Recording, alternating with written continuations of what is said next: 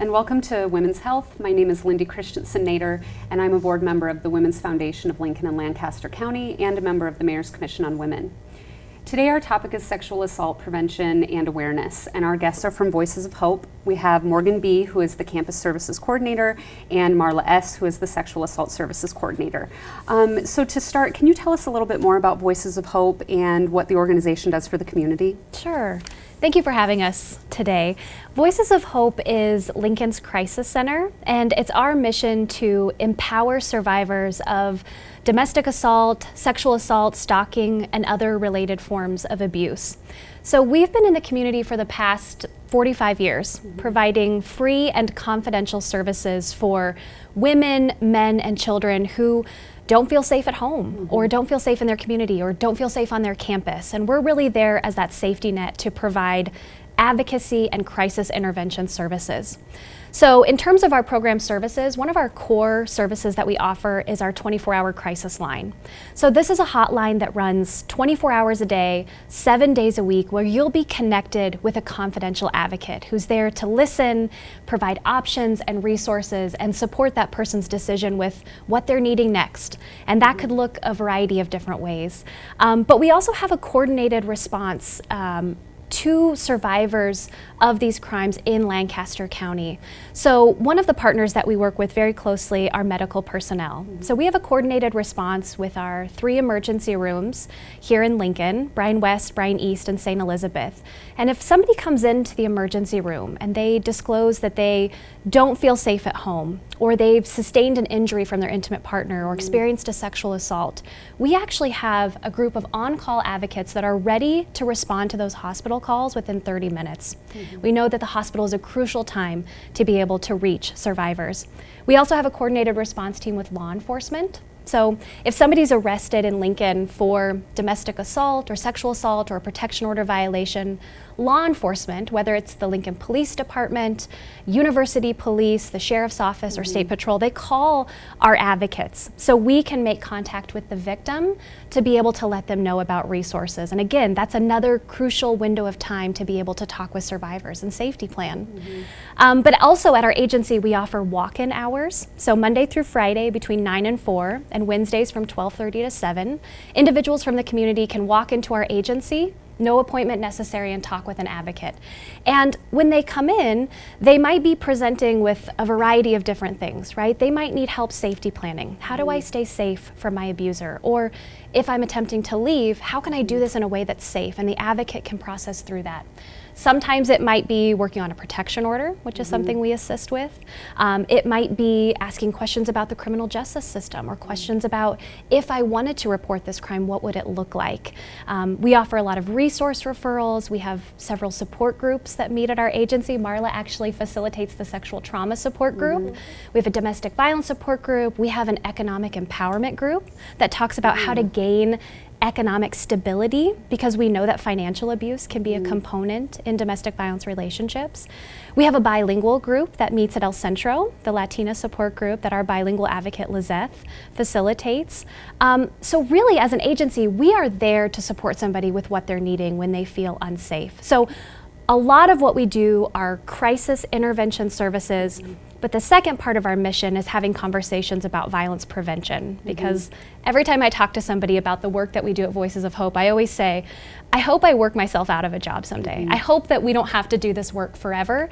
And so that's why our agency is committed to the education and outreach and prevention work within our community.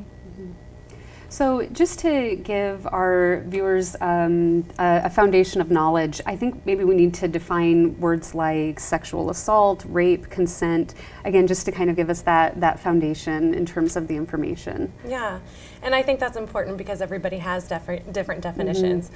So when we're talking about sexual assault, we're actually talking about harassment, voyeurism, and physical assault, kind of on a continuum. So on one end we have maybe sexual related jokes that are unwanted and unwelcome. And in all of this, it's unwelcome and it's without the consent of the victim. So we may have gestures, we may have comments that are sexual in nature that are unwelcome. And then we go to voyeurism, which is that people think peeping Tom, but watching somebody for their own pleasure.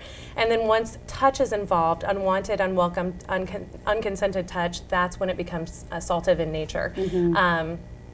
So we know that while there's a variety of forms of sexual violence and sexual assault, there are two things that are that remain the same. One is it's never the victim's fault, and the other is that it's without the consent of the victim. Morgan, do you want to talk about what consent looks like? Yeah, so consent is what's missing with a sexual assault, and it's a really important word, and it's a lot of what I'm doing when we do prevention work out in the community and with young people.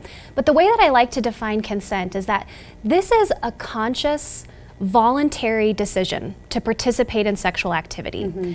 And this is a decision that the person should arrive at without any type of coercion or force or manipulation. And there should be, ideally, clearly spoken boundaries within that consent. And when we talk about consent, there's some really important components to this idea. And I actually like to use the acronym FRIES to be able to talk about some of these components. So the F in FRIES stands for freely given. And this kind of goes back to what I said. The person who's consenting to sexual activity should be able to make that decision without any type of force, threat of force, coercion, and we know coercion can look a lot of different ways, right? This could be extreme pressure or put downs or blackmail. This could be saying to someone, oh, you didn't want that secret out? Well, you have to do this and then I won't tell anyone, right? Or I won't share that image, right? So coercion can look a lot of different ways, but with consent, that's freely given by both parties. And the R stands for reversible. So when you're engaging in sexual activity, you have the right to revoke that consent at any time, right? Even if you've done this act before, even if you're right in the middle of this act, if somebody says, I don't want to do this anymore, they revoke that consent, that's okay, and all sexual activity must stop. The I in FRIES stands for informed. We have to be honest with our partners when it comes to sexual activity and consent. And I'll give you an example of this. If your partner says, yes, I will wear a condom, and then they don't, that's not being honest, right? That's not giving that individual all of the information to make an informed decision, and that's important. The E stands for enthusiastic, right? So we have a responsibility to make sure our partner is excited and enthusiastic and actively participating in that sexual activity. And as the actor, if you're unsure if that person is excited or enthusiastic, maybe they're not giving you a lot of feedback, or maybe they look uncomfortable or they're not saying anything. This is when it's our responsibility to stop, check in with that person and communicate with them. Say to them, are you okay with what's happening? Is this okay with you? And that's why communication is like essential when we're talking about consent. And then the last one, S, stands for specific. So just because you consent to one thing doesn't mean you consent to another, right? This person might be totally fine with kissing. You've given your consent for that, but they don't want to move forward or they're unsure. The actor has to make sure they have consent in each of those acts. So FRIES is a really great way to remember those components. But what it comes down to, the bottom line, it is our responsibility, our human responsibility, to make sure that our partner is not just allowing us to act upon them, but that they are actively engaged and providing enthusiastic, informative consent. Thank you. I think that's a very clear, FRIES is a really clear way of understanding the components of consent. So what kind of information do you have about statistics about sexual assault and violence in Lincoln and Lancaster County? Do you have statistics about specific age groups, or what information do we know about the incidence and the prevalence of sexual violence? Right, so we can talk about who we see at Voices of Hope. Our 2017 annual report found that we saw over 1,900 unduplicated adult survivors. We saw over 350 children, and we responded to more than 8,000 crisis-related calls from survivors and significant others and support persons. So we estimate that approximately 20% of the entire population of victims that we see are solely sexual assault, and we recognize that that's an underestimate. Now, when we say solely sexual assault, I'm talking about sexual harassment, sexual assault, maybe sex trafficking and intimate partner sexual violence. This is their presenting reason for coming to Voices of Hope. We also know that sexual assault is a component and a tactic of abuse in domestic violence situations, and that's the vast majority of the other types of clients that we see. So we know that there are a lot of people that are dealing with this oppression. It's just how they present it to us. We responded last year to over 69 calls to the hospital for response to a sexual assault. So that's an immediate within 96 hours of the sexual assault happening. And so, however, we know that many victims of sexual assault do not come forward within that 96 hours. Sometimes it's a week, a month, a year later. So last year, Lincoln Police Department had a report that said that a third of the calls and the reports that they received in 2018 were over 12 months old. And so they said that that was 3 times what it has been in the past. And I would give a nod to the Me Too movement for that, because I think more and more people are recognizing that you can give voice to your experience, even if it isn't something that happened immediately or something that maybe somebody can do something about right now, but it still matters to have your voice heard about this kind of thing. So you mentioned the piece about Me Too and about people perhaps being more willing to come forward, even though we know sexual violence is still largely unreported. Are we making progress? What contributes to, the rates of violence increasing or decreasing? Can we know that? Are we making progress? The short answer is yes, we are making progress, and it's exciting to watch. Oftentimes what happens with progress in these types of arenas is that you also see backlash. And so we are seeing that backlash. While we have some people who are engaging in education and understanding these misconceptions about sexual assault, we also have people that are holding really tight to these beliefs. And we see that pretty consistently. Recently we've seen after a public disclosure of sexual assault, a claim to dismiss it, saying she wasn't my type. And what that does is it likens sexual assault to sexual attractiveness, and it totally dismisses the power and control and entitlement that goes along with the perpetration of sexual violence. And what it does is it looks at the victim, and we say, what did the victim do wrong here? What do victims look like, and what do rapists look like? And when they don't fit those little pockets that we believe, we dismiss a whole lot of cases. And we know that this is one of the most underreported of all violent crimes. They suggest that about 34% of sexual assaults are ever reported to law enforcement. But we also know that 1 in 6 women and 1 in 33 men experience sexual assault in their lifetime. So we know that this is vastly underreported, and that is completely due to the culture, the rape culture that we have going on, where we're looking at the victim saying, what did they do wrong? What is it about that person? Or just saying that they lied. We also know that this, like I said, statistically is the most underreported crime. A report out of the Washington Post came out where they did a study of the data from the Rape, Abuse, Incest National Network, and they found that of the reports that RAINN received, 31% went to law enforcement. So what we know, this is just showing very underreported. And then of those, 5% resulted in an arrest, and less than 1% resulted in a felony conviction of sexual assault. So while we do, and we are making progress, we are lacking some of the follow through our criminal justice system, through even our social system, holding people accountable. And what it does is it allows these offenders to go on and reoffend and reoffend, because we know it's not a once and done. These people that do this do it multiple times. And it also silences the victims, right? That's why they don't come forward for years, because if we're all living in this rape culture and we understand that I'm going to get blamed for what happened to me when I come forward, I'm probably not going to say anything. And so that leaves the offender free to do it again, leaves the victim without support, leaves them to wonder what they did wrong, to buy into all of these rape myths and misconceptions. And so we are seeing progress, but we also are holding tight to some of those misconceptions that we've had for many, many years. Yeah, some of those issues obviously still exist within our society, but I do believe that we're right on the cusp or in the middle of a cultural shift as it relates to sexual assault. When we look at the attitudes about sexual violence, they are changing. Marla talked about some of those misconceptions. Those still run rampant in our society. They are still problematic. We can see them.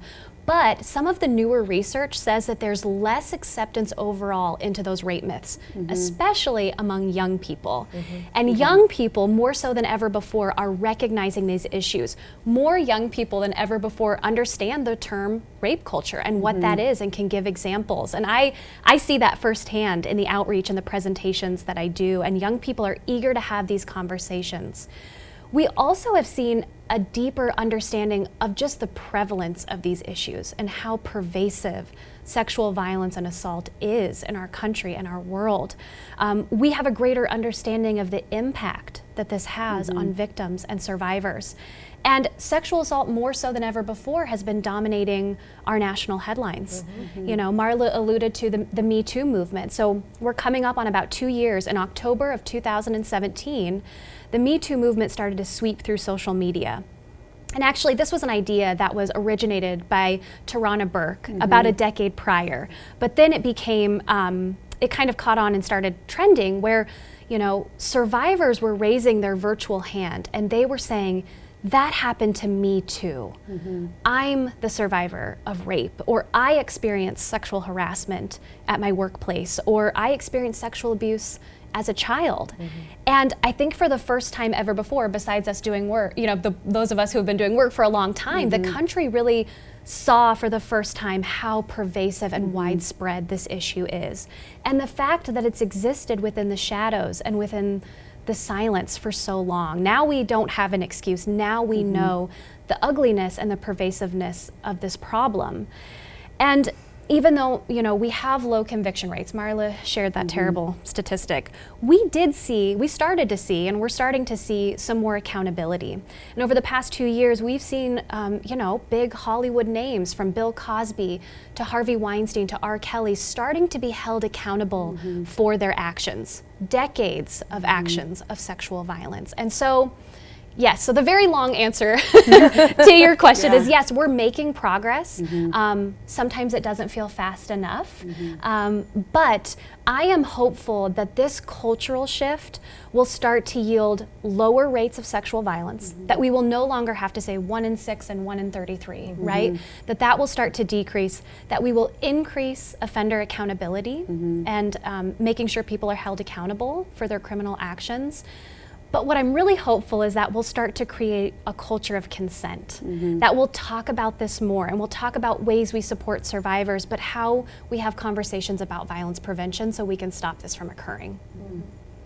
Well, thank you for that. We'll take a quick break and we'll be right back.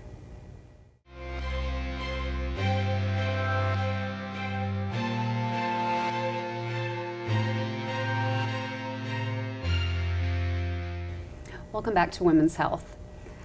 I think something that our viewers would really benefit from would be to know if someone we know is assaulted, or if someone who is watching has experienced sexual violence, what should they do? Like what does Voices of Hope recommend? What should a survivor do?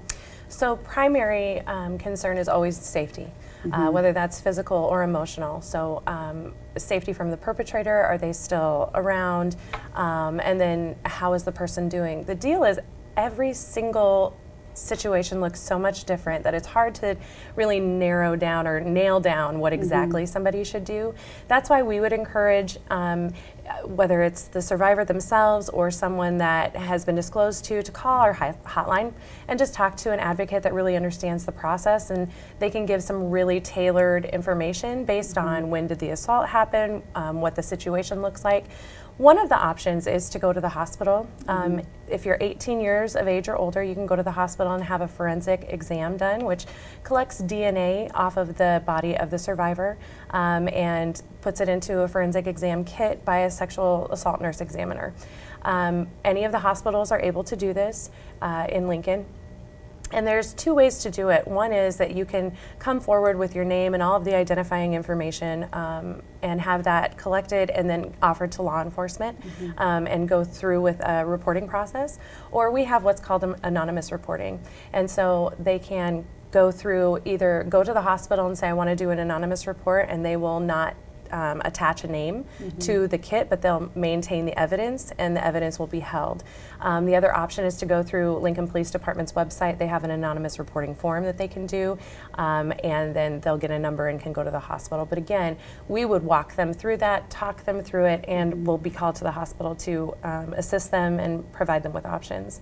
Another thing to consider is whether or not pregnancy could be an issue, STDs, STIs, and so that's another thing that we can talk about. If they don't want to go to the hospital for whatever reason, don't want to report, but still want to get checked out, we've got referrals for that, and we can talk about that. And then, of course, emotional safety is always an issue. Of that report that I talked about, where 31% reported to law enforcement, 89% of those survivors experienced emotional fallout, which is normal. What's abnormal is being sexually assaulted, so how people respond is very normal. And so they can use our walk-in services, they can call in, and we can talk to them about that part of the process and really help try to facilitate some of that healing. With the statistics that we have about people experiencing and surviving sexual violence, it's likely that we will get disclosed, that someone will disclose surviving sexual violence. So what should people do if they learn that someone they love or someone they care about has experienced sexual assault? Yeah, you make a great point. We know someone, we care about someone we love is a victim or survivor of sexual assault, whether or not they've disclosed to us or not, just based on the statistics. And what we know about sexual assault is that this is a violent act that can cut somebody to their core. And I think sexual assault is something that can strip away a person's dignity and autonomy and control. And so our response to a disclosure is critical. It's crucial, but it's also overwhelming, right? Some of us might not have any experience in this, and there's this pressure to, I want to say the right thing, I want to do the right thing, I want to make sure I support this person, but it can feel overwhelming. And the first thing I always say to someone is never underestimate the power of listening, right? Allow this person to share what they're comfortable sharing, right? Some individuals might want to talk a lot about it. Some might not want to. Respect those boundaries, right? I always tell people, we're not the police. We don't have to investigate, right? So it's not our job to ask all of these pressing questions or try to figure it out. It's to listen in a compassionate, sensitive way to that person with what they're ready to share at that moment. But it's also essential that we remind this person that this assault is not their fault and that you believe them, right? The cultural default in our society is to not believe the victim, right? Marla talked about this in an earlier question. There's this culture of disbelief that exists within our society, and it's palpable at times, and survivors are hyper aware of this, right? So actually saying to somebody, I believe you, is probably one of the most important things you can say to somebody. And they're waiting for that, right? It's a major reason why they don't come forward, right? We see this in all of the national research that says, you know, the reason I didn't disclose, whether it was to my best friend, my mom, my dad, or an officer or another official, is because I feared that I wouldn't be believed or I'd be blamed for that attack. So that's an important thing that we can tell someone. But we also want to respect their autonomy. Right? We've been talking about how sexual assault is a crime of power and control. And this is a situation where the control has been revoked from somebody. They often feel out of control after a sexual assault. And so the last thing we want to do is say to somebody, well, you have to go do this, right? You have to go report to law enforcement, or you have to tell this person, or, you know, X, Y, and Z, right? We want to let them make the decisions. They might not be ready to tell anyone else, or ever, right? But we want to make sure they have options and resources, but leave the choice up to them with how they want to move forward in their healing process. And they might not know what those options are. The person who's hearing the disclosure might not know what those are. And that's where we come in as Voices of Hope. We are here 24 hours a day through our crisis line, through some of our other services. We want to be there to provide empowering, belief-based services to somebody, and we're going to respect their decision with how they want to move forward. So again, going back to Marla's answer, it's call our crisis line. And sometimes being the person who hears that disclosure, making that warm referral, right? Because when you're in crisis, calling a stranger and telling somebody about something deeply personal and traumatic can be really scary and overwhelming, right? So if the friend or the person who's hearing this says, hey, I heard about Voices of Hope. I saw these two advocates on women's health. You know, they're here to support you. Can I help you make that call? You know, if you can be that bridge, that might be getting somebody to, frankly, life-saving services. And can you tell us a little bit more about the prevention programming? You mentioned trying to encourage a culture of consent. So that's, I'm guessing, the aim and the goal of the prevention programming. Can you let us know a little bit about what that looks like in our community? Yeah, so our prevention program that we offer at Voices of Hope is robust and growing, and we are so excited about the partnerships that we've established with so many different schools and youth-based agencies in Lincoln and Lancaster County. So our prevention program means working with middle school students, high school students, college students on college campuses to have conversations about violence prevention, right? This is the second part of the mission that we provide at Voices of Hope. So this is really doing some in-depth educational work around what do healthy relationships look like? But like really sitting in that, because when you look at some of our cultural messages about relationships, young people aren't always getting the best examples of what healthy relationships look like, whether it's the songs they listen to, the shows they watch, the media that they consume. So I use a diagram called the teen equality wheel, which is a circle that has equality in the middle, but talks about all of these characteristics of a healthy relationship. What does respect look like? What does respect for boundaries and privacy look like? What does trust and communication and safety look like in relationships? So we spend a lot of time talking about that. And we spend a lot of time talking about consent.